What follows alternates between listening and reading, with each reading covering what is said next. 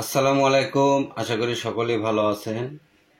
আজকে আপনাদের সামনে কিছু এসএমটি বোর্ড নিয়ে আপনাদের সামনে আসলাম।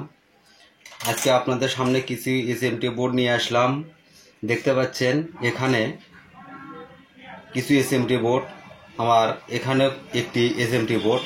তো এই এসএমটি বোর্ডগুলির পার্থক্যটা কি সেই বিষয়টি আজকে আপনাদেরকে দেখানোর উদ্দেশ্যে ভিডিওটি করা।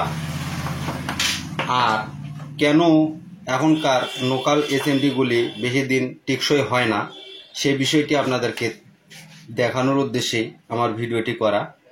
তো দেখতে পাচ্ছেন এখানে যে এসএমটি বোর্ডগুলি নিয়েছি, এখানে কিন্তু কম্পোনেন্ট খুবই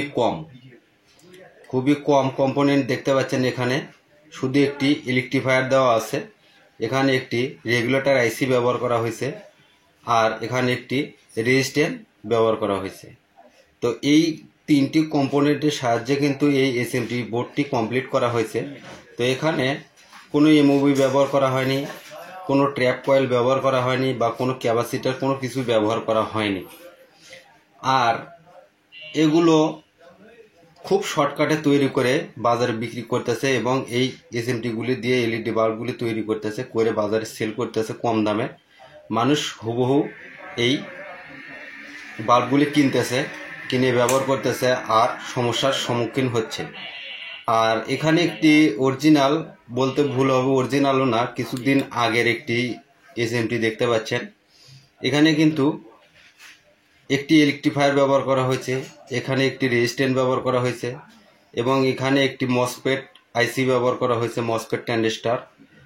এখানে আরেকটি রেজিস্ট্যান্স ব্যবহার করা হয়েছে, এবং এখানে আরেকটি ক্যাপাসিটর ব্যবহার করা হয়েছে। তো এই এসএমটির দাম এটার তুলনায় কিন্তু অনেক বেশি হওয়ার কথা, স্বাভাবিকভাবেই বেশি হওয়ার কথা, কারণ এই মসফেট ট্রানজিস্টরগুলির কিন্তু অনেক দাম।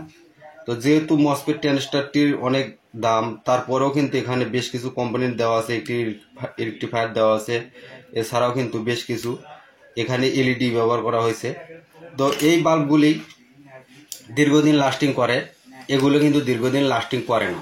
তো আপনারা যখন বাজার থেকে ক্রয় করবেন, অবশ্যই এই বাল্বের এই ধরনের ক্যাপগুলি খুলে দেখে আপনারা এই বাল্বগুলি ক্রয় করবেন।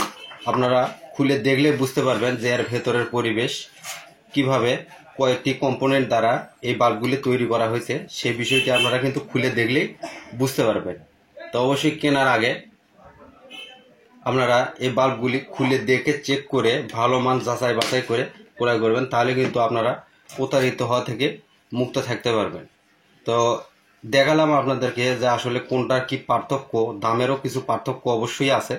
তো ভিডিওটি ভালো লাগলে লাইক, কমেন্ট, শেয়ার করুন, এবং সাবস্ক্রাইব করে সবাইকে দেখার সুযোগ করে দিন। আসসালামু আলাইকুম।